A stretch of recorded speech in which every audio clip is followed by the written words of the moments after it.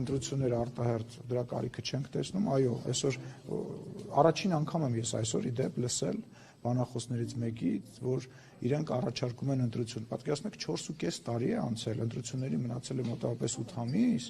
Աբրահամյանը, մոտավորապես 8 ամիս է մնացել, 4.5 տարի առաջին անգամ մենք լսում ենք, որ ընդդիմությունը ասում է արտահերթ ընտրություններ։ Դուք հասկանում եք ընդդիմության որտեվ իրանք պատրաստ չեն։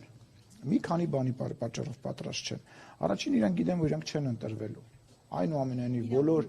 բոլոր ընդդիմադիրները, այսօր մենակ հանրապետականն է հայտարարել, որ արտահերթ ընտրություն, բայց մնացած որ նույնիսկ այսօր հանրապետականը չի ասում, Աբրահամյանը առաջին անգամ տենց լղոզված ինչ-որ բան հնչեցրեց, որովհետև իրանք պատրաստ չեն։ Երկրորդը իրանք գիտեն, որ իրանք պարտվելու են, չէ՞, հիշում են հայտնի արտահայտությունները այն բանի մասին, որ ընտրությունը պետք է իրանք չկազմակերպեն, բայց միևնույն ժամանակ այսօր Իշխան Սաղաթելյանը ասում է, դե հա, ընդունում ենք, որ իշխանությունը այսօր լեգիտիմ է։ Բայց 2021 թվականին, երբ որ կյանքի եւ մահի հարց էր, պատերազմից 6 ամիս էր անցել, իշխանությունը ընտրություն կազմակերպեց եւ ընտրությունները ինքը այսօր արդեն նաեւ հրապարակայինորեն ընդունում է, որ լեգիտիմ է իշխանությունը։ Իրանք ինչ ընտրություն, իրանք եկել ասել են, եկեք Վազգեն Մանուկյանին տանք, հետո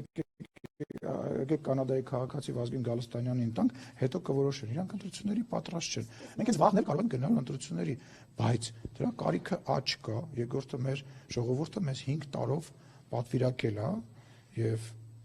դա արդար այդ ընտրությունները, տեսեք դուք շատ հետաքրքիր բան եք ասում եք դուք պատրաստ եք, իրանք պատրաստ չեն ձեզ ձեռ տալի։ Այդ ընտրությունները պետք է ձեռ տալ ժողովրդին։ Այսինքն մենք միշտ անկեղծ ենք եղել եւ ես չեմ պատրաստվում ժողովրդին խաբեմ, ասեմ, որ ես ինձ հիմա լավ է, դրա համար ես հիմա գնում եմ ընտրություն։ Ինչ եմ դնում անունը, որ ասեմ ես հիմա գնում եմ արտահերթ ընտրություն, որովհետեւ ես ուզում եմ շուտ վերընտրվեմ, քանի ընդդիմությունը պատրաստ չի։ Չէ, դա ազնիվ չի մեր ժողովրդի նկատմամբ այդ ընտրությունը կլիներ ոչ թե